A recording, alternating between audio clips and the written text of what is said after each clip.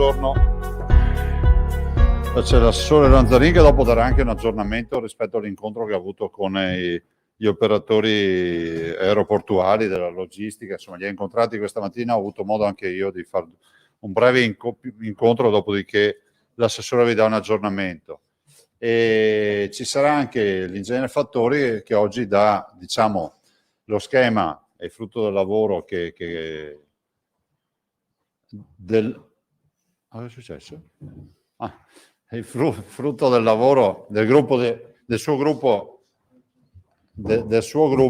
ed è, come si può dire, l'occasione per dire ai veneti, dare una dimensione di quando avranno il vaccino in base alle forniture, in base anche, diciamo, in via prudenziale anche al rischio avuto fino ad oggi. Poi l'ingegnere vi dirà anche quanti vaccini non sono arrivati rispetto a quelli promessi tabellari, perché è bene anche capire che abbiamo avuto momenti di panico con anche a doppia cifra di mancanza di vaccini.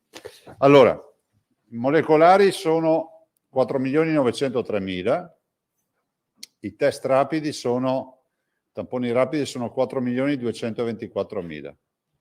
In totale sono 9.128.000 tamponi fatti. Positivi delle ultime 24 ore, 1.035. Bravo, stacca la spina. Grazie. I 1.035 su 38.282 tamponi sono il 2,70%.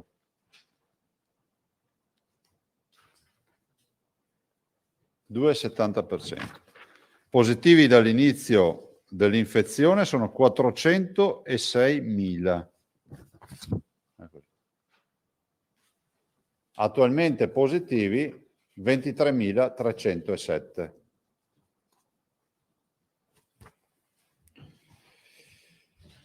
In ospedale abbiamo 1.615 pazienti, ovvero meno 39 rispetto a ieri. Quindi vedete, per ora a due cifre continuiamo a scendere, a calare. Questi 1.615 sono così distribuiti: 1.338 in area non critica, meno 37, e 227 in terapia intensiva, meno 2. Terapia intensiva di mancanza di vaccini. Allora, è il frutto del lavoro del suo gruppo ed è, come si può dire, l'occasione per dire ai veneti, dare una dimensione di quando avranno il vaccino in base alle forniture, in base anche, diciamo, in via prudenziale anche al rischio avuto fino ad oggi. Poi l'ingegnere vi dirà anche quanti vaccini non sono arrivati rispetto a quelli promessi tabellari, perché è bene anche capire che abbiamo avuto momenti di panico con anche a doppia cifra di mancanza di vaccini. Allora, i molecolari sono 4.903.000, i test rapidi tamponi rapidi sono 4.224.000. In totale sono 9.128.000 tamponi fatti. Positivi delle ultime 24 ore, 1.035. Bravo, stacca la spina. Grazie. I 1.035 su 38.282 tamponi sono il 2,70%.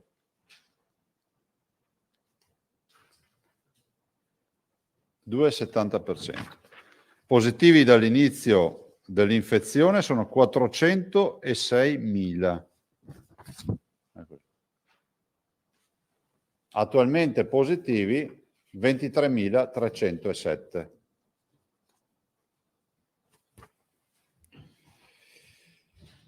In ospedale abbiamo 1.615 pazienti, ovvero meno 39 rispetto a ieri. Quindi vedete, per ora a due cifre continuiamo a scendere, a calare. Questi 1.615 sono così distribuiti: 1.338 in area non critica, meno 37, e 227 in terapia intensiva, meno 2. Terapie intensive non Covid 2,65, che sommano a quelle Covid 492. Decessi sono 20 nelle ultime 24 ore, 11.203. I dimessi hanno passato la cifra dei 19.000 e quindi siamo oltrepassato i 20.000. 20.035 persone curate e dimesse dal nostro ospedale. Avete visto che il decreto è stato approvato. Insomma, la speranza è l'ultima a morire, speriamo 24 ore, 11.203. I dimessi hanno passato la cifra dei 19.000 e quindi siamo oltrepassato i 20.000. 20.035 persone curate e dimesse dal nostro ospedale. Avete visto che il decreto è stato approvato. Insomma, la speranza è l'ultima a morire, spero che sia oggetto di un tagliando. La speranza, ho detto, la speranza. E sia oggetto di un tagliando anche perché, insomma, è ragionevole rivedere i dati epidemiologici da qui ai prossimi giorni e pensare magari che con maggio si apre un nuovo scenario. La speranza è quella di pensare che quelle incongruenze che ancora oggi sono visibili vengano risolte. Ieri mi è stato spiegato da una persona più o meno addetta ai lavori che l'apertura dei ristoranti dal 1° giugno dalle 5 del mattino alle 18 di sera probabilmente ha come significato non avere troppe ore a disposizione per l'apertura. Sì, nel senso che se li apri tutto il giorno, ci ho detto sì, ho capito, ma la ristorazione lavora a pranzo e a cena, se tu gli dai 4 ore a pranzo e 4 ore a cena per prenderla, ma che è già una grande roba, sono 4 più 4 fanno 8, dalle 5 del mattino alle 18 di sera sono 13 ore, risparmiamo anche 5 ore, fra l'altro, se il problema è portare fuori poco la gente di casa, ma non è così, nel senso che la misura dei ristoranti dal punto di vista sanitario dal 1° giugno non ha nessun senso. Non ha nessun senso perché se il pericolo è il virus, è chiuso, lo è a qualsiasi ora del giorno, non si capisce perché dalle 5 alle 18 di sera. Così non ha nessun senso che si autorizzi lo sport di squadra anche amatoriale, ho fatto l'esempio della partita di Scapoli a Mogliati dal 26 di aprile e le palestre restino chiuse fino al 1° di giugno. Palestre dove tu ti prenoti per andare a fare una lezione, dove comunque ti misurano la febbre, c'è l'igienizzazione e la sanificazione degli ambienti ogni 2 ore minimo. E poi evito di star qui a dirvi, ecco, sull'Arena di Verona cercheremo di capire come dare una mano sul fronte delle presenze. Voi sapete che noi siamo stati quelli che hanno innovato a maggio dell'anno scorso le famose aperture al pubblico, no? Adesso sembra di capire che dovremmo rivolgerci alla conferenza delle regioni, quindi ai colleghi, non c'è nessun problema, però anche qui diventa sempre più farraginosa sta avventura, no? Adesso stiamo approfondendo, ma di certo lavoreremo perché l'Arena di Verona possa avere il suo pubblico nel rispetto delle linee guida del Covid. E resta un problema per l'Arena di Verona, ma resta un problema per i veneti, per tutti, che è quello del coprifuoco. Anche qui abbiamo preso atto che il coprifuoco non è un problema dettato dai sanitari. C'è stato detto che non è una questione politica. Cioè, cosa c'entra? Cioè, non so se l'avete viste anche voi le dichiarazioni. Il coprifuoco è un problema politico, è stato detto da qualcuno, del CTS, da qualche scienziato, no? Io ho letto delle dichiarazioni. Allora, se è un problema politico, non è un problema, perché non ha nessun senso chiudere le persone in casa se il problema non è di natura sanitaria. E a me sono concesso, insomma, che siamo sempre di fronte a una privazione importante della libertà. Di certo, se a questo ci sommiamo le nostre necessità di natura turistica, è altrettanto vero che dovremmo pensare che la comunicazione che si dà da qui ai prossimi giorni, alle prossime settimane ai turisti non può essere di questo livello, perché andare a fare villeggiatura in una località dove c'è il coprifuoco alle 10 di sera non ci va nessuno, perché ti riduci a andare a restare nella struttura ricettiva se hai un ristorante e lì sai che puoi pranzare, ma da lì non puoi più uscire. Questo, nessuna contrapposizione col governo, questo ve l'ho detto anche ieri, ma la volontà di portare avanti questa istanza, che peraltro voglio sottolinearvi, è trasversale alla politica, perché le regioni che sono rappresentate da tutte le forze politiche, in maniera unanime, hanno deciso di fare questo. Ieri abbiamo fatto una conferenza dei presidenti, è stata fatta la scelta intanto di fare una lista di tutte le incongruenze, no? Che ve ne ho citate un paio io all'inizio, e poi, non lo nego, su mia richiesta, di allegare tutte le linee guida, perché ci siamo anche resi conto che è passata in sordina l'idea che i governatori con i servizi della prevenzione hanno comunque preparato le linee guida, sempre nell'ottica della leale collaborazione e non contro il governo, ma a favore di qualsiasi governo. Noi l'abbiamo sempre dimostrato nei confronti di chiunque. Se avete domande, ragazzi, che poi prego, la giornata è piena di comunicazione. Tosato, adesso vi faccio l'elenco dopo. Tosato.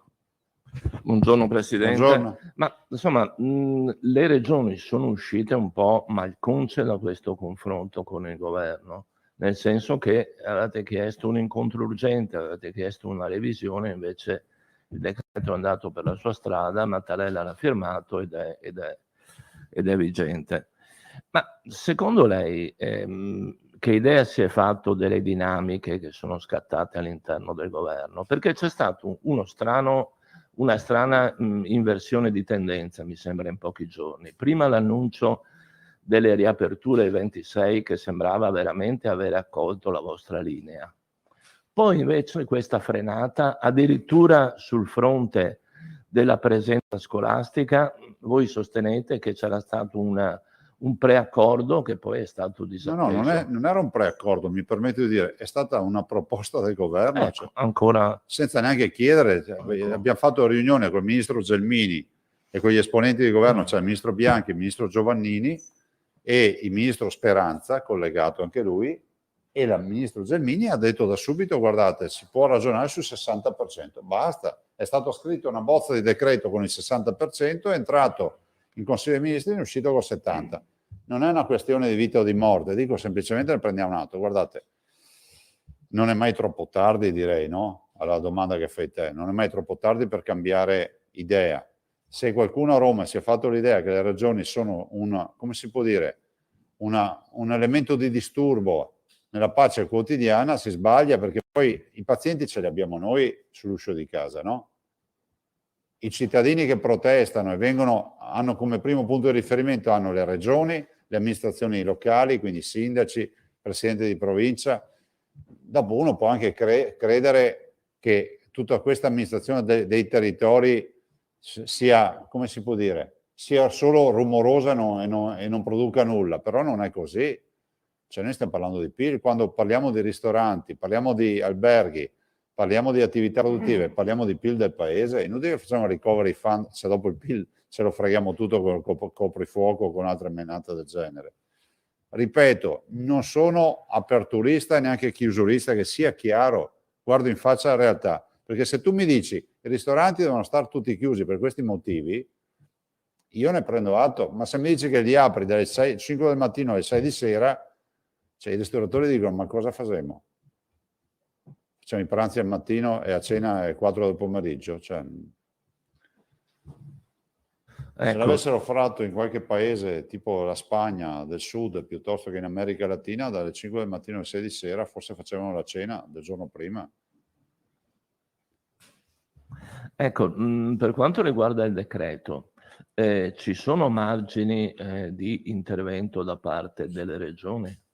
No. O soltanto in fase restrittiva o nulla? Ma no, cioè, guardate, non siamo nella situazione del maggio dell'anno scorso, dove noi avevamo veramente possibilità, diciamo, di creare allentamenti. Vi ricordate, no? Tutte le mie ordinanze, il cibo da sport, adesso sembrano banalità. Vi ricordate quando si aprirono le gelaterie da passeggio? Sembrava una rivoluzione.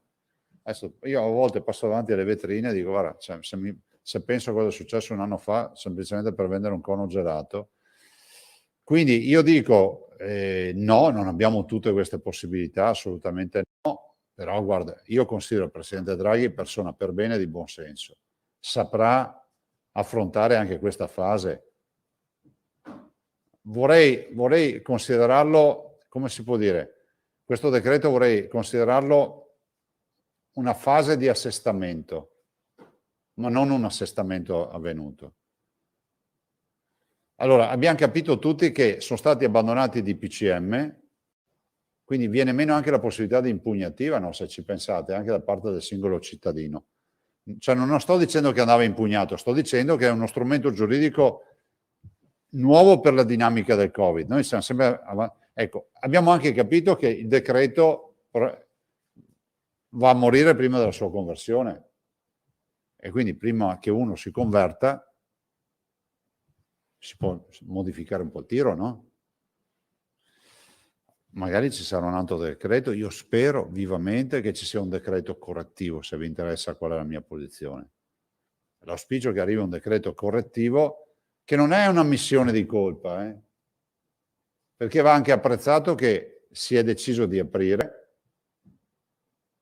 va apprezzato che si è buttato il cuore oltre l'ostacolo, per il 26 aprile è comunque una data precoce rispetto ai discorsi che sentivamo, e quindi immagino che si possa buttare ancora un po' il cuore oltre l'ostacolo e dire magari dal 1° maggio vediamo di riprendere in mano questa situazione e capire se possiamo ricalibrarla. Poi il virus c'è, ci sono delle comunità che ce l'hanno male in più evidente. Ho visto delle cartine avete proiettato voi oggi, non so se sia vera, rosso resta solo la Sardegna, mi sembra di aver capito, no? Ecco, sì, a questo proposito, ha avuto comunicazione del giallo ufficiale Noi, per guardate, il Veneto? adesso magari sarò smentito. O Questi numeri lasciarci lo diamo per scontato, insomma. sentite, abbiamo numeri sia sui coefficienti di riempimento che sull'RConT che sull'incidenza da giallo. Ai cittadini dicono, solita frase che dicono, non è un gioco a premi, cerchiamo di giocarcela bene a sta fase che non durerà tanto. Cioè, noi dobbiamo fare in modo di arrivare a metà maggio, fine maggio. Fine maggio, se riusciamo a svuotare gli ospedali, ad avere dei risultati, dopodiché arriviamo in soccorso con i vaccini, perché poi vedrete il piano, è un piano prudenziale, ma io considero anche, per certi aspetti, insomma, permette di dire che prima dell'estate riusciamo a mettere in sicurezza quelli che assolutamente devono essere messi in sicurezza, e poi insomma andremo a vaccinare anche i sedicenni, diremo quando, però insomma sapendo che i sedicenni non rischiano quello che rischia un over 70 o un over 80. Grazie. Allora, una domanda solo oggi. beh, erano 3. Vabbè, 3 mascherate in una. Sono piccoli giochi di prestigio. Quindi tu mi hai fatto 3 domande e io non mi sono accorto. Infatti mi sembrava di non aver fatto 3 risposte. È un brutto segnale questo. Se diventa vecchi tutti e due. Allora, secondo il mio giro, quello che ho percepito era Pettenò, Vanzan, Bonet, Guidone e Pittarello. Corretto? E Moscati, vedo. Bene, Pettenò. Buongiorno Presidente. Buongiorno. Torno sulla riaperture possibili. Ma avete previsto c'è un incontro previsto con il governo ora che è stato approvato il decreto o no? Al momento no, non potrei essere anche impreciso perché non ho sentito i colleghi questa mattina, ma sicuramente ci sarà un incontro, dovremmo incontrare il governo, anche perché c'è in piedi anche tutta la partita del Recovery Fund, cioè, quindi noi incontri col governo ne faremo. E immagino che il ministro Gelmini creerà i presupposti perché si possa parlare di questo. Per me è fondamentale che ci sia un decreto correttivo, prima o poi. Decreto correttivo, cosa vuol dire secondo lei in termini di tempo rispetto al decreto attuale? Cosa chiedete? Cosa chiede lei in specifico? Io direi che non è una missione di colpa da parte del governo, è la volontà di vedere che dopo una settimana, 10 giorni, la situazione epidemiologica magari ha avuto un'evoluzione tale per cui puoi aggiustare il tiro rispetto a scelte che hai fatto prima. Ecco, se vogliamo dirla fino in fondo, in questo decreto forse manca una parte fondamentale, io non l'ho vista, magari mi è sfuggita, che è quella della possibilità di fare il tagliando, no? Come ce l'aveva l'altro decreto. Ma comunque si può fare comunque un tagliando, non serve che sia scritto in un decreto. Un tagliando che permetta perciò le riaperture... Di aggiustare il tiro rispetto alle aperture, di aggiustare il tiro anche rispetto a una perequazione sociale, no? Perché, ripeto, se tu puoi fare la partita di calcio amatoriale il 26 aprile, non capiamo perché tu non possa aprire una palestra prima del 1 giugno. Per quanto riguarda le scuole, invece, adesso le regioni potrebbero avere, almeno così si è inteso da quanto ha detto il ministro Gelmini, avere un loro margine di decisione. Su questo il Veneto cosa fa? Ma sì, adesso sì, come si dice, si valorizza l'autonomia della regione.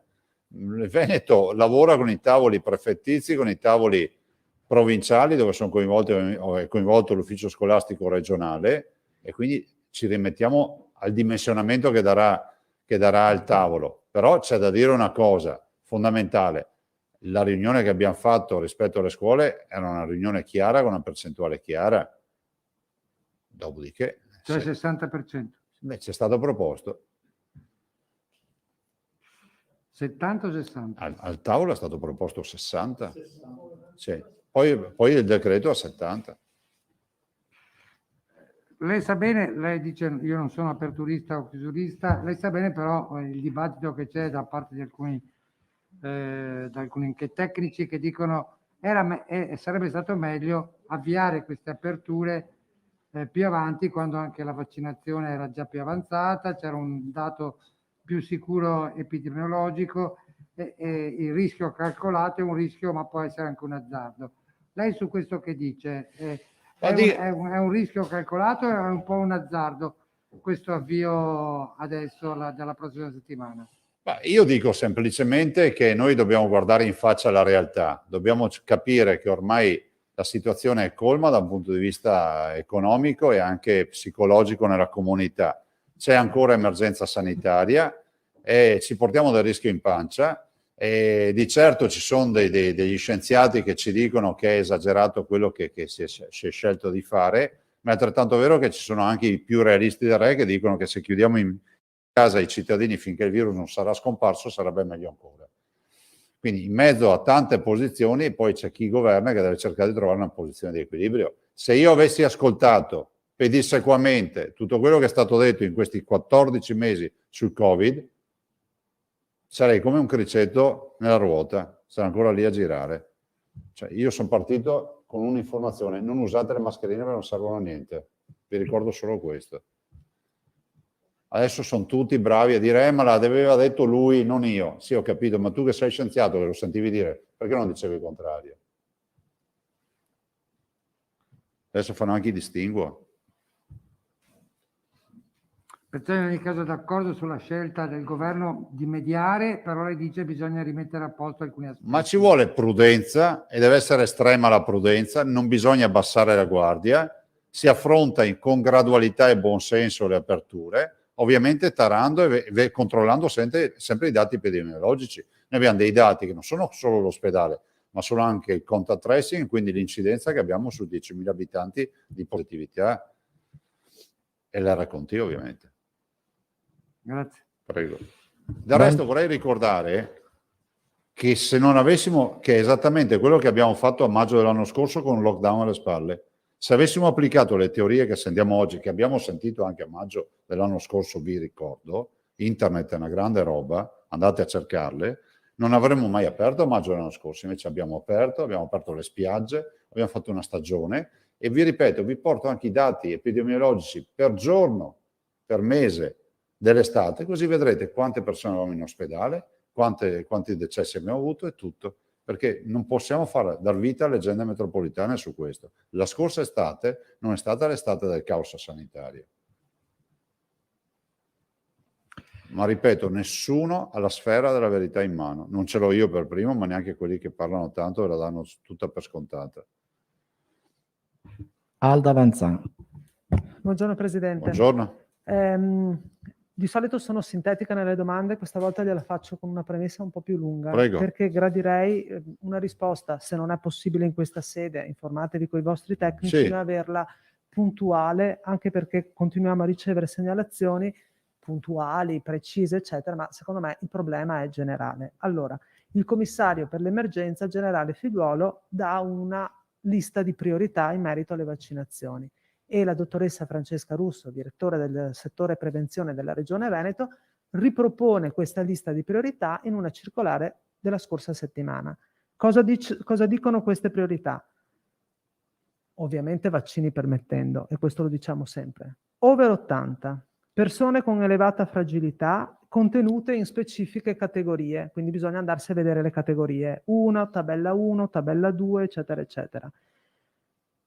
Familiari conviventi, caregiver, tutori affidatari, persone di età compresa tra i 70 e i 79 anni, e a seguire quelle di età compresa tra i 60 e i 69 e a seguire tutte le altre, di cui immagino ci parlerà l'ingegner Fattori con il suo tabellone.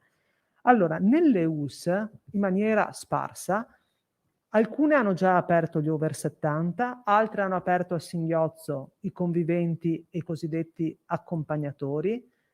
Alcune Accompagnatori degli over 70.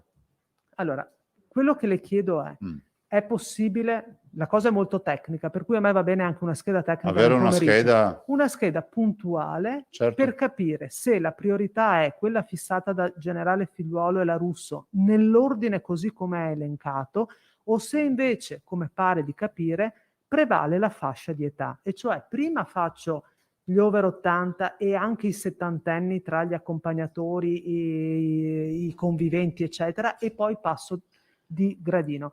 Secondo me, siccome continuiamo a ricevere, ma non perché riceviamo segnalazioni, perché è un'informazione che deve essere corretta. La facciamo Grazie. avere, ma anticipo già una cosa fondamentale, che noi siamo anche in grado di dare assieme a questa scheda una tabella anche con le percentuali di avvenuta vaccinazione di tutte le categorie che hai citato.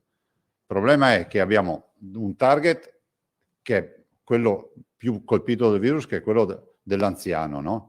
Perché se stessimo parlando della categoria 50-59, state pur tranquilli che avremo meno preoccupazione. E ovviamente parallelamente facciamo anche gli altri, quindi vedrete nella tabella quanti fragili abbiamo fatto ad oggi, perché immagino che poi l'assegnazione venga dal fragile, venga dall'accompagnatore, eccetera. Limitatamente la disponibilità di vaccini che abbiamo. Ma è per capire se c'è una, scusi, se c'è una indicazione.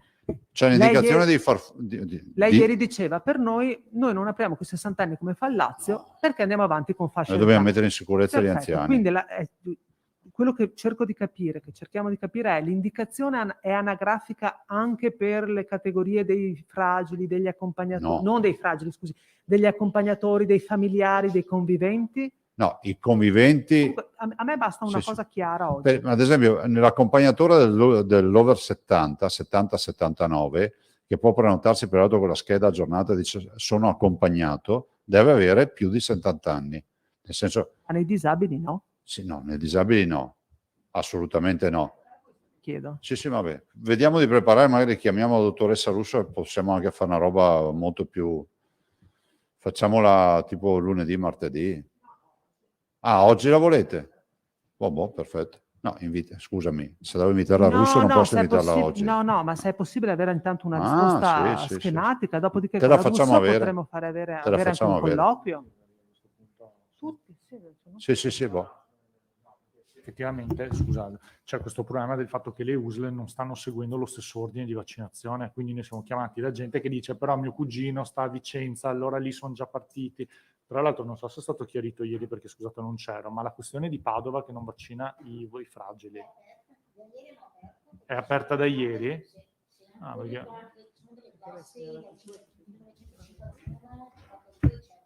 Cioè quindi Padova ha iniziato a vaccinare i fragili e i vulnerabili. Sì, quelli che avevano i famosi, che c'era il blocco, se vi ricordate, 1951. Da ieri aperto, c'era quindi nel sito. Over e under 70 vaccinano tutti. Ma scusi Assessore, è proprio per questo che vi stiamo facendo questa domanda, perché l'impressione era se è over 51 siamo sui settantenni. Ecco, quindi anche vabbè, allora aspettiamo una risposta chiara, se no veramente non ne veniamo più fuori. E peraltro aggiungo segnalazioni che arrivano anche dalla stessa USA, per cui i genitori di figli disabili, alcuni sono stati vaccinati, alcuni altri no, e messi in lista di attesa, però non si sa quando. Però sui genitori, vi abbiamo già detto, i genitori, c'è dei bambini sotto i 16 anni che non possono essere vaccinati e loro hanno diritto alla vaccinazione, perché così lo prevede. No, parlavo, il caso specifico che le dicevo era tutt'altro, cioè il figlio vaccinato, figlio disabile vaccinati, i genitori no. Sì, vorrei però sempre dire una cosa, perché è ovvio che da qui alla fine ci saranno sempre segnalazioni simili. Cioè, con la ristrettezza di fornitura dei vaccini, poi si fanno anche, come si può dire, delle scelte. Allora si vaccina il disabile, si vaccina l'over 70, a chiunque, se io dessi in mano una scala, fra virgolette, di priorità, perché poi tutti hanno priorità, metti in sicurezza l'ultra anziano, il disabile e il terzo è l'accompagnatore.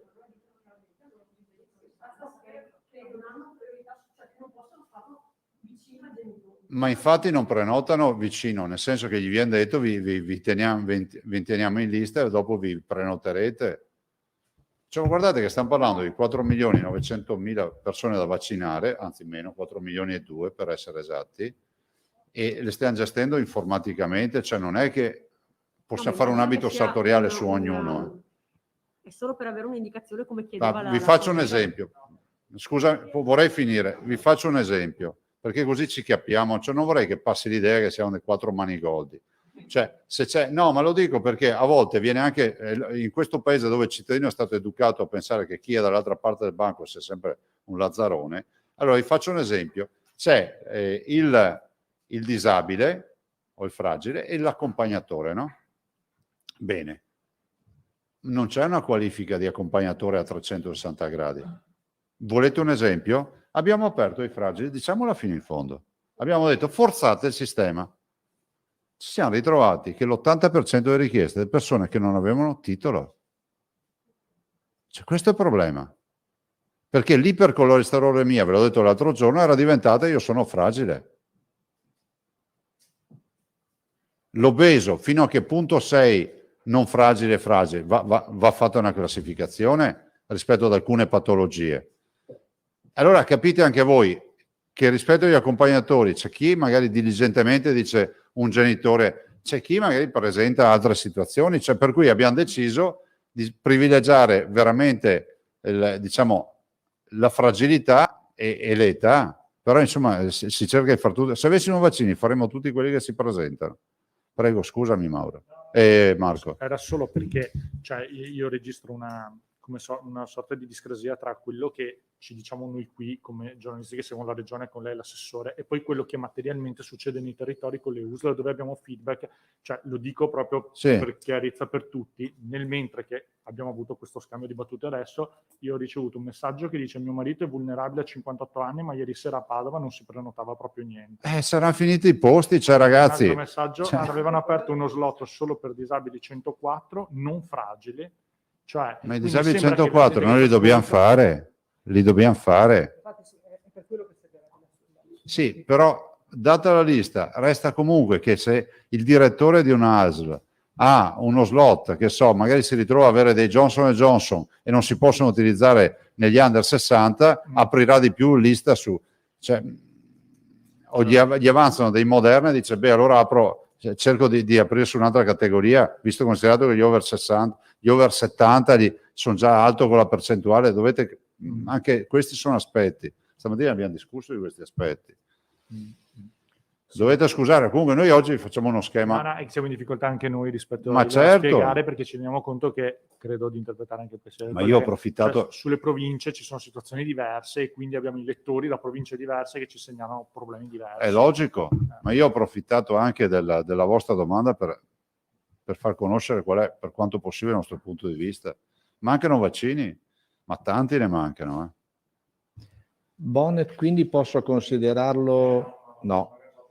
Vai. C'è Alda forse ancora. C'è ancora Alda, scusa, non è che poi vi siete sovrapposti. Bene, Bonnet. Domanda rapidissima, mi chiedono dalla redazione, dalla regia, su questo studio di Crisanti sul virus arrivato non l'ho visto.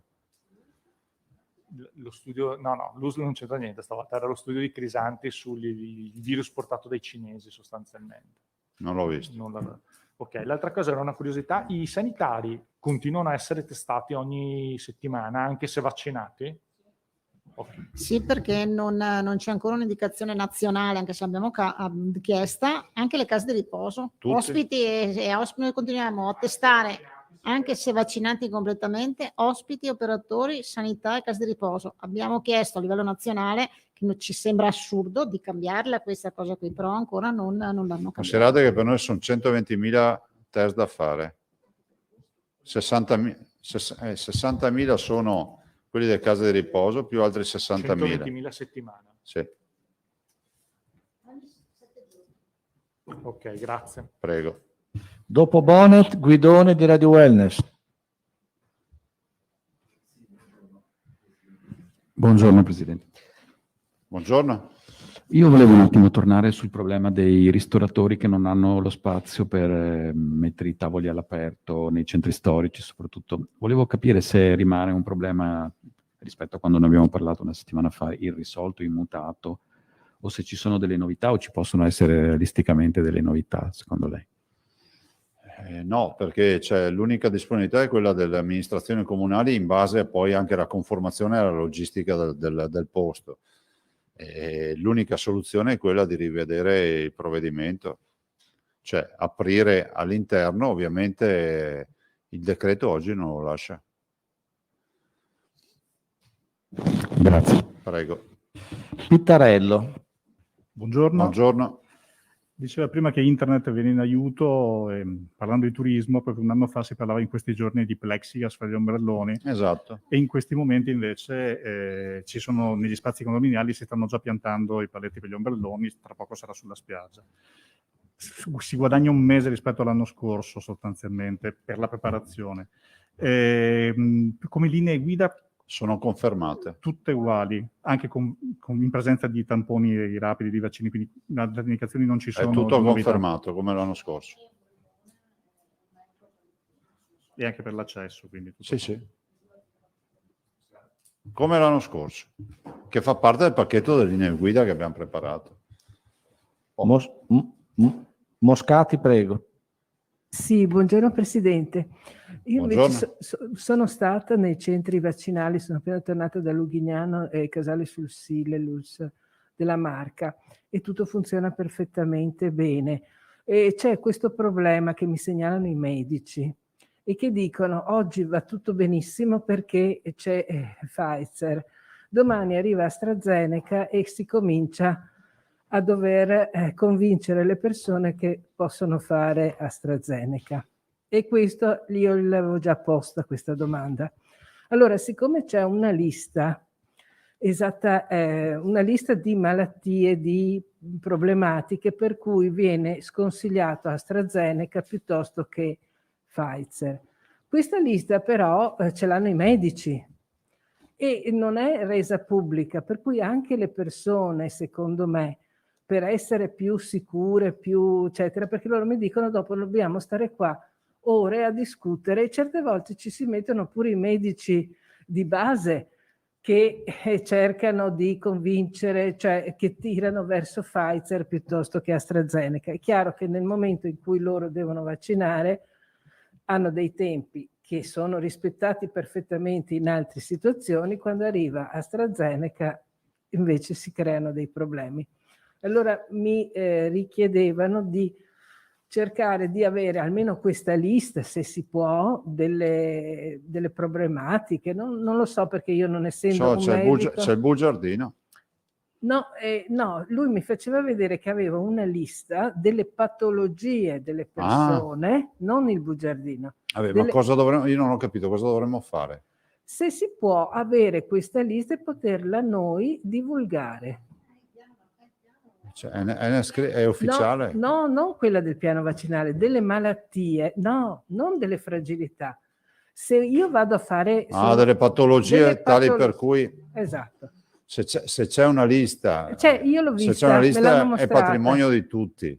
Ecco, dopo non venga fuori che si nascondono le liste, però che uno poi si faccia l'anamnesi a casa e dice mi non sono qua, non sono là e quindi ho diritto a questo.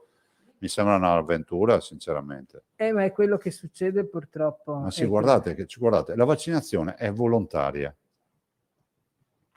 Restiamo fermi sul fatto che, anche lo dico perché non vorrei mai che qualcuno un giorno venisse a dire che è stato obbligato a fare il vaccino. Cioè, è volontaria, c'è un medico che fa un'anamnesi e dice, guarda, lei ha indicazione di fare questo vaccino. Dopodiché se c'è una lista la faremo mettere a disposizione, però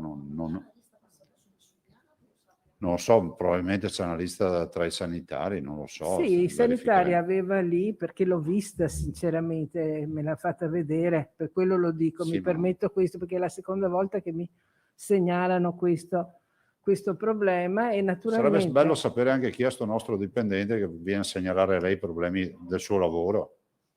No, non è che del fatto di comunicare alla gente Cioè, ho alcune capito, cose. ma c'è un sistema che si chiama Sanità del Veneto. Se c'è un problema è sufficiente segnalarlo, cioè noi non nascondiamo No, nulla. ma l'hanno già segnalato. hanno già Allora ci fatto- dica a chi lo hanno segnalato, così ce la prendiamo con chi ha avuto la segnalazione e non ha fatto nulla. Va bene, grazie. Prego. Io non avrei altre domande. Vanzan. Solo ieri parlava il presidente dei ristoranti, diceva chiederemo un chiarimento all'ufficio legale, all'avvocatura, il discorso dei ristoranti. È confermato, eccetera. si può fare. Ecco, state preparando altre FAQ, altre No. legate a questo No, decreto? peraltro nella relazione introduttiva, che magari poi vi giro, Carlo te la giro per tutti, nella relazione illustrativa, scusatemi, del decreto c'è proprio scritto che chi ha contratti con lavoratori eccetera continua a farli a chiuso, non serve neanche una FAQ, c'è proprio dentro. Te la mando dopo Carlo e lo vedete, ristorazione, vedete proprio, è parte integrante del decreto. Se non ci sono altre domande per il Presidente, Io passerei la parola prima all'ingegnere Vettori, poi l'assessore che chiuderà e parlandovi anche dell'incontro che ha avuto. Ringrazio l'ingegnere, ha fatto un lavoro ciclopico, l'abbiamo visto già 20 volte assieme, e vi dà uno spaccato di quello che saranno appunto le date utili per ognuno di noi per andare a vaccinarsi, quindi ognuno saprà da oggi in via teorica, no, cedo il posto, in via teorica, dico teorica perché ecco l'unica preghiera che faccio, l'ingegnere ha fatto una proiezione sulla base di una stima di arrivi di vaccini, vorrei ricordarvi che noi la garanzia degli arrivi di vaccini ce l'abbiamo a 3 settimane, nonostante tutti questi numeri che si leggono sui giornali, noi sappiamo nelle prossime 3 settimane cosa arriva e basta. Scusate. E allora, detto questo, è prudenziale, è sicuramente dipendente dal vaccino. Se ci saranno miglioramenti o peggioramenti nello slittamento in avanti o dietro del tuo periodo di vaccinazione, tipo il mio inizia a fine maggio, ho visto, 50-59 a fine maggio, quindi per questo vi dico che prima di agosto, dell'estate, riusciamo a vaccinare veramente a gran parte della popolazione, soprattutto quella più a rischio. Questo dipende dalla fornitura dei vaccini, perché se fossimo inondati di vaccini, vi dico già che tutte queste robe che vedete vanno tutte anticipate alla grande. Però insomma, il piano, uno non dice cavoli madonna tutti sti mesi, perché non passano proprio tutti sti mesi, Prego, grazie. Buon lavoro ragazzi. Allora Carlo ti ricordi la roba la relazione illustrativa e la risposta su quella storia là. Grazie, buongiorno. Ingegner Fattori, prego. Sì, buongiorno. Come ha detto il Presidente, il piano che abbiamo provato a sviluppare si basa sulle forniture, non si basa sulla potenzialità di vaccinazione che noi abbiamo nei nostri CVP e abbiamo con tutti gli accordi finora fatti, MMG e quant'altro, o aziende, ma si basa sulle forniture, essendo in questo momento l'elemento per noi più critico. Quindi i vaccini attualmente utilizzati li conosciamo tutti, sono Pfizer, che va bene dai 16 anni a salire, e i fragili, Moderna, 18 anni in su e fragili, AstraZeneca, inferiori e maggiori ai 60 anni, Johnson & Johnson, superiori ai 60 anni. Questo perché? Perché poi vuol dire che quando avremo classi inferiori ai 60 anni riduciamo le tipologie in questo momento riduciamo la tipologia di vaccino. Su cosa si basa il piano di previsione e approvvigionamento? Si basa sul piano di previsione nazionale, quello del 3 marzo del 2021, a cui noi non abbiamo ancora avuto aggiornamenti ufficiali. Quindi nel piano presentato dal commissario 3 marzo 2021 viene prevista la fornitura dei vaccini per ogni trimestre. Quindi nel primo trimestre è previsto del 2021 15 milioni 69 per l'Italia, nel secondo trimestre 52,48 milioni di dosi. terzo trimestre 84. E sono indicati proprio i contratti, quindi AstraZeneca, Pfizer che ha tre tipologie di contratti, Johnson Johnson, CureVac, Moderna e quant'altro. Questo piano può essere declinato per il Veneto con la nostra percentuale di 8,14%. Quindi in base a questo piano uno va a vedere la differenza che finora abbiamo avuto rispetto a quello che è stato consegnato e quello che effettivamente era previsto. E quindi la differenza tra le consegne del 30 aprile ad oggi, le consegne previste fino al 30 aprile rispetto al piano, prevede che il primo trimestre si è chiuso con un meno 10,62%. Quindi nel primo trimestre si poteva prevedere per il Veneto 1.277.492 dosi, sono arrivate effettivamente 1.141.850 dosi. Aprile ha avuto un calo però molto più significativo. Aprile abbiamo avuto 697.000 dosi, quindi un ipotetico meno 51%. Perché dico ipotetico?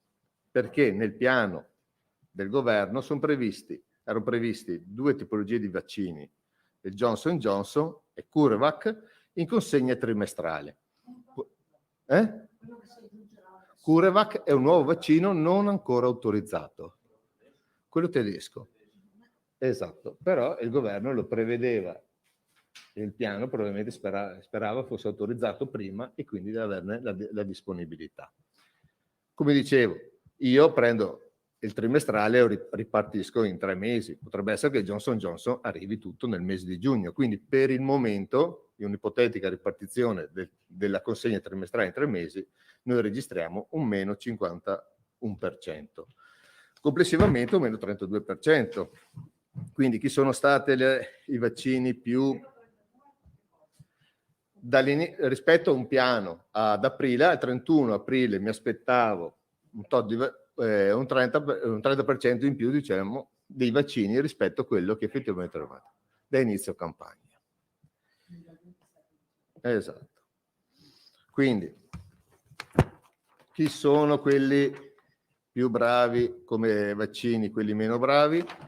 Pfizer di fatto ha tra il previsionale e la consegna il 30 aprile è meno 7%, quindi molto affidabile, ed è quella che noi facciamo più affidamento e controlliamo la scadenza settimanalmente. Dopodiché abbiamo Moderna che è meno 31%. AstraZeneca per il momento sta viaggiando meno 44%. Era più affidabile nel primo trimestre, nel mese di aprile evidenzia grosse limitazioni di consegna. Johnson Johnson, come ho detto, non vi era una consegna mensile, ma ipotizzando un trimestre diviso 3, praticamente non abbiamo avuto consegne, era previsto 198.000 dosi e abbiamo solo 14.650 sbloccate l'altro ieri, e CureVac non pervenuto. Quindi lì si vede un po' quali sono i vaccini più affidabili e meno affidabili.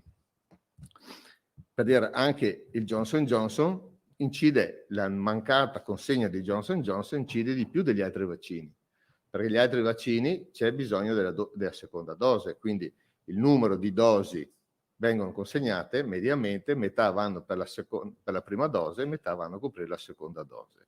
Quindi l'incidenza del Johnson Johnson è molto più importante.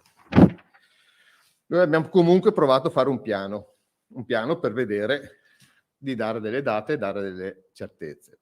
E quindi il piano si basa sulle previsioni di fornitura dei quantitativi previsti in contratto di Pfizer, Moderna e AstraZeneca. Non prevediamo nel piano l'utilizzo di Johnson Johnson, nel senso che Johnson Johnson, che non sappiamo ancora la capacità di consegna dei prossimi mesi, lo utilizzeremo per compensare le eventuali carenze contrattuali degli altri contratti in modo cautelativo. AstraZeneca e Johnson Johnson verranno utilizzati per i soggetti dai 60 anni in su. Quindi dal terzo trimestre, da giugno, a disposizione prevediamo solo Pfizer e Moderna. CureVac non lo consideriamo perché aspettiamo l'approvazione e aspettiamo anche di vedere quanti quantitativi rispetto ai valori contrattuali del 3 marzo avremo a disposizione. Esatto, eventuali indicazioni specifiche. Quindi quello che vedete qua è, questo sarebbe stato in relazione al piano previsionale nazionale, questo è quello su quale noi puntiamo a lavorare, il nostro piano previsionale. Questo sono i 4 milioni, è il Veneto, che poi, come ha detto il Presidente, la popolazione target è 4 milioni 292.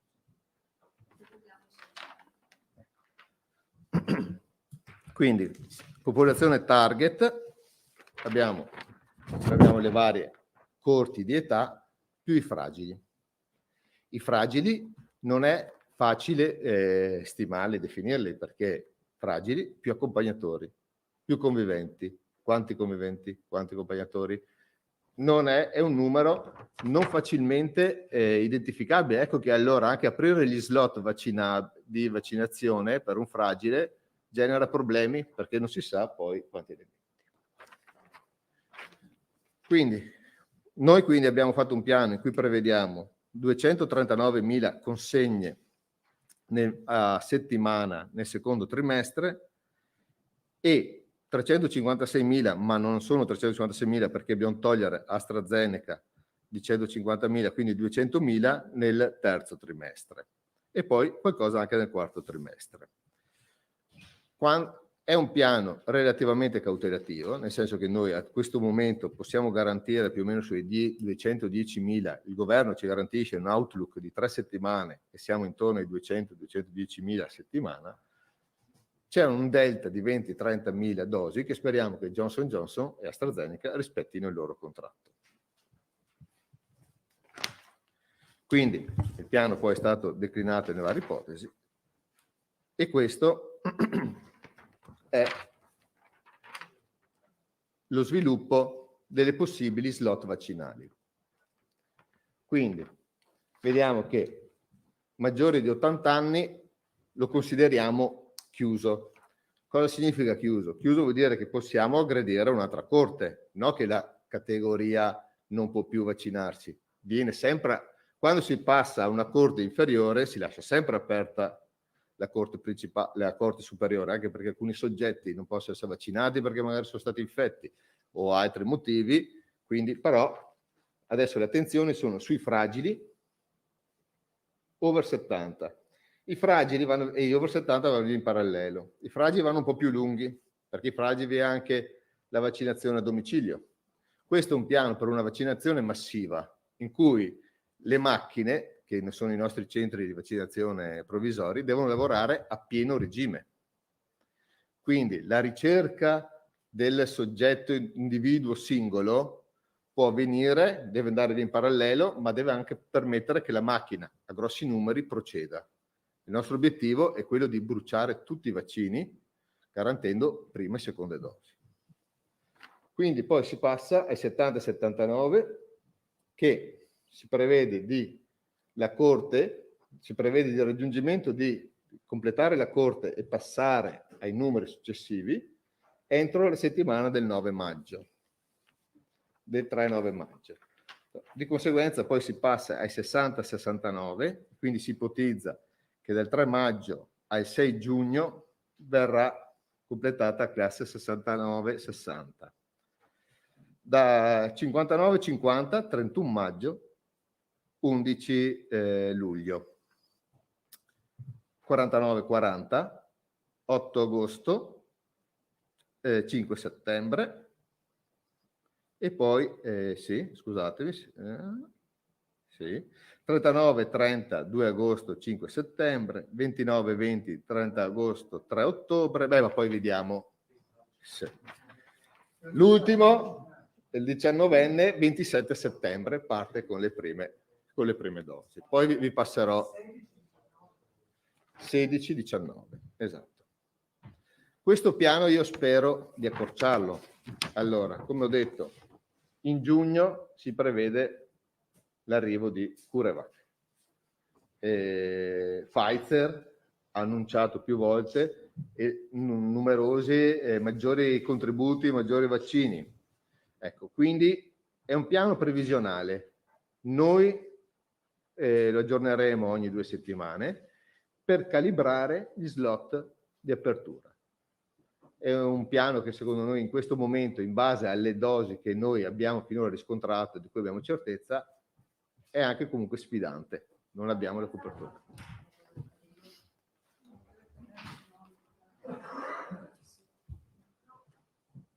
Ecco, il colore pieno sono prime e seconde dosi, i colori sfumati sono le seconde dosi. Quindi se vedete questi colori sfumati qua col distacco, questo è un AstraZeneca, perché AstraZeneca ci vogliono 12 settimane per il richiamo. È il richiamo. Prima o seconda dose, e quindi mentre lo sfumato è la seconda dose. E qui, quando c'è uno spazio in mezzo, il vaccino è fondamentalmente AstraZeneca, che ha 12 settimane per il richiamo.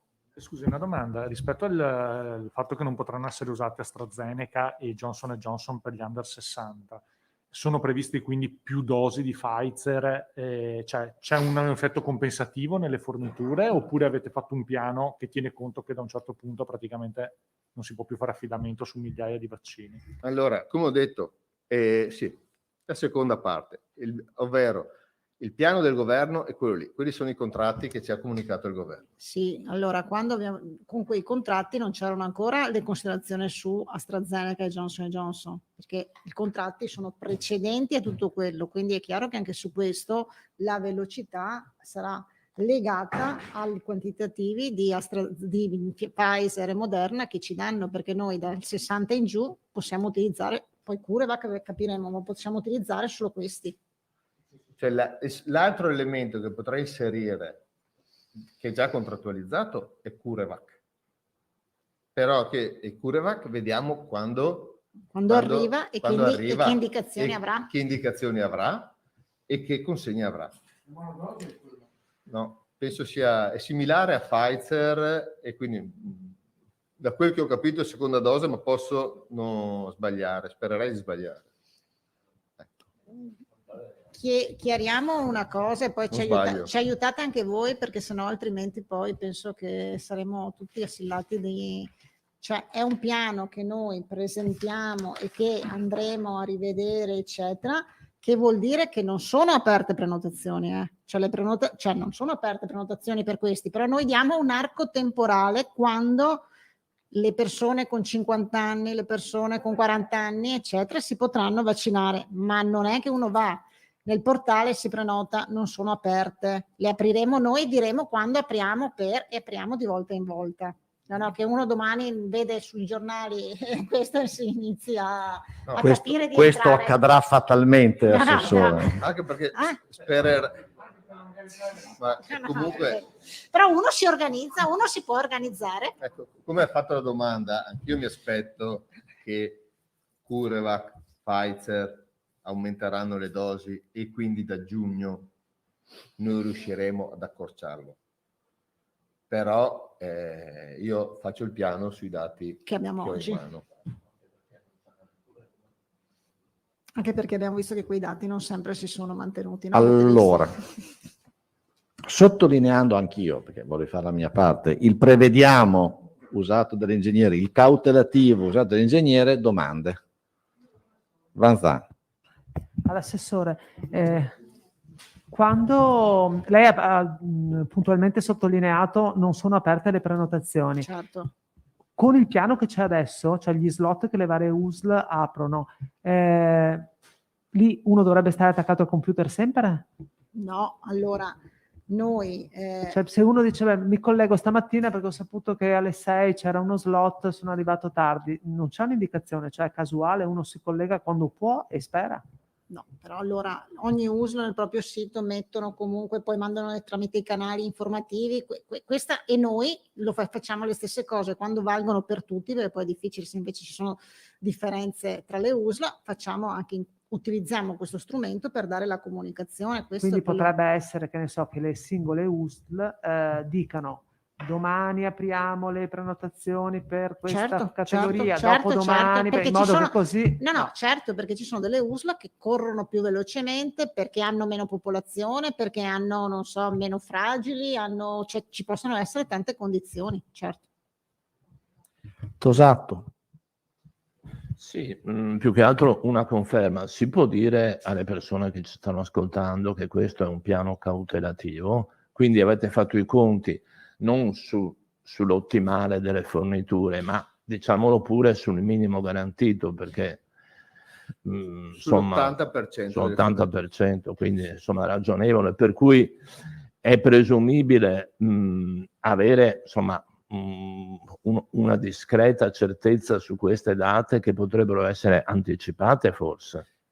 Allora, penso che le date anticipate, penso dopo giugno. Sì. Dopo giugno. Dopo Cioè, giugno. di fatto giugno perderemo, dopo i 60 anni perderemo 2 vaccini, il Johnson Johnson e l'AstraZeneca. Il Johnson Johnson era quello che doveva far decollare. Più che perdere, non li abbiamo mai avuti, perché insomma... Esatto, però l'impennata del piano era proprio molto, era Johnson Johnson. No, perché voi, scusi un attimo, voi capite che anche tutto il discorso, ce lo siamo detti sempre con le farmacie, aveva un senso, Johnson Johnson una sola dose, cioè noi continuiamo, andremo avanti con le farmacie, però quello aveva effettivamente anche una fruibilità e anche per le popolazioni, quindi target più giovani. Adesso viene effettivamente a mancare tutto questa, anche da un punto di vista distribuzione, logistica, insomma, capillarità. Questo piano è sui 33.000, quantomeno nel primo e nel secondo trimestre, sui 33.000 vaccini al giorno. Sì, noi tranquillamente siamo arrivati a 38.000, quindi non è un piano sulla potenzialità di vaccinazione, è un piano sulla disponibilità. Ecco, una domanda per l'assessore Lanzarin invece, una delle tante domande che riguardano le vaccinazioni. I malati oncologici che hanno dei conviventi, no? Dei familiari, questi familiari hanno diritto a una qualche precedenza e in che misura? I conviventi degli oncologici fanno parte perché sono all'interno del piano, ricordiamoci però che non sono tutti gli oncologici, perché probabilmente qualche volta è passato il messaggio che tutti gli oncologici avevano diritto alla priorità vaccinale, compresi i conviventi, mentre sono quelli che hanno avuto l'evento negli ultimi 6 mesi o comunque che sono in terapia e quant'altro. Io so che tipo lo IOB ha vaccinato tutti gli oncologici, insomma, che erano di competenza.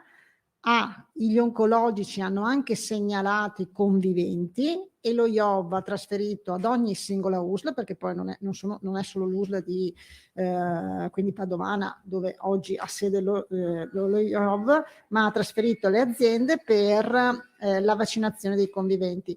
So che le aziende li stanno chiamando, insomma, ecco. Grazie. Bene, se non ci sono altre domande, Moscati. Volevo chiedere, mi chiedevano, visto che ha parlato dell'altro vaccino, del vaccino italiano si sa più niente? Reitera? Assolutamente neanche nei sogni. Okay. Beh, dopo. Esatto. E dopo, grazie mille. Arrivederci, a domani. No, dico una cosa solo perché Una prima cosa? no, rimango qua, non si preoccupi, tanto è veloce. 2 cose. Una, allora abbiamo appena... Scusa, gli aeroportuali, perdonami. quello scusa. ok. Abbiamo appena inviato alle aziende sanitarie, perché ci è arrivato il parere del CTS, come avevamo annunciato, la riapertura da lunedì di tutte le attività che erano state sospese, quindi in maniera ufficiale è arrivata la nota adesso in questo momento alle aziende sanitarie e ai direttori generali, perché abbiamo avuto il parere, come ogni nostro atto passa tramite il CTS, e quindi dal lunedì riprendono sia le attività chirurgiche di elezione che erano state sospese, quelle programmate insomma che erano state sospese, sia le attività quindi ambulatoriali specialistiche, quelle a 30 e 60 giorni in tutte le USL, in tutta la regione. Negli ospedali Covid lì in maniera inferiore, perché dipenderà da che pressione hanno gli ospedali Covid. quindi però in tutto il resto. Per quanto riguarda invece l'incontro con gli aeroportuali della logistica, insomma, che oggi abbiamo visto qui, ho visto io e poi è passato anche il Presidente, chiaramente loro sono preoccupati per il momento, per il fatto che il loro è un lavoro legato molto a quelle che sono le riaperture, la stagione estiva, e quindi hanno manifestato questa preoccupazione che già sapevamo, e chiedendoci un intervento chiaramente a livello nazionale perché ci sia più chiarezza. Noi ci auguriamo insomma che effettivamente ci sia quella chiarezza per far sì che riprenda anche tutta questa attività, che vuol dire un indotto da un punto di vista, se pensiamo all'aeroporto di Venezia, all'aeroporto di Verona e quant'altro, insomma, sia per quanto riguarda il transito passeggeri, ma anche per quanto riguarda la logistica. Quindi abbiamo detto che sicuramente porteremo avanti queste istanze. Una specificazione, quindi come le altre volte le persone che erano in lista d'attesa non dovranno attaccarsi al CUP, ma saranno contattate per la visita, per l'operazione, per l'intervento? Ci sarà una riprogrammazione, quindi verranno ricontattate. A qualcuno serve l'ingegner Fattori alle TV? Sì. All'assessore Lanzarin possiamo lasciarla andare o serve? Solo l'ingegnere? Solo l'ingegnere.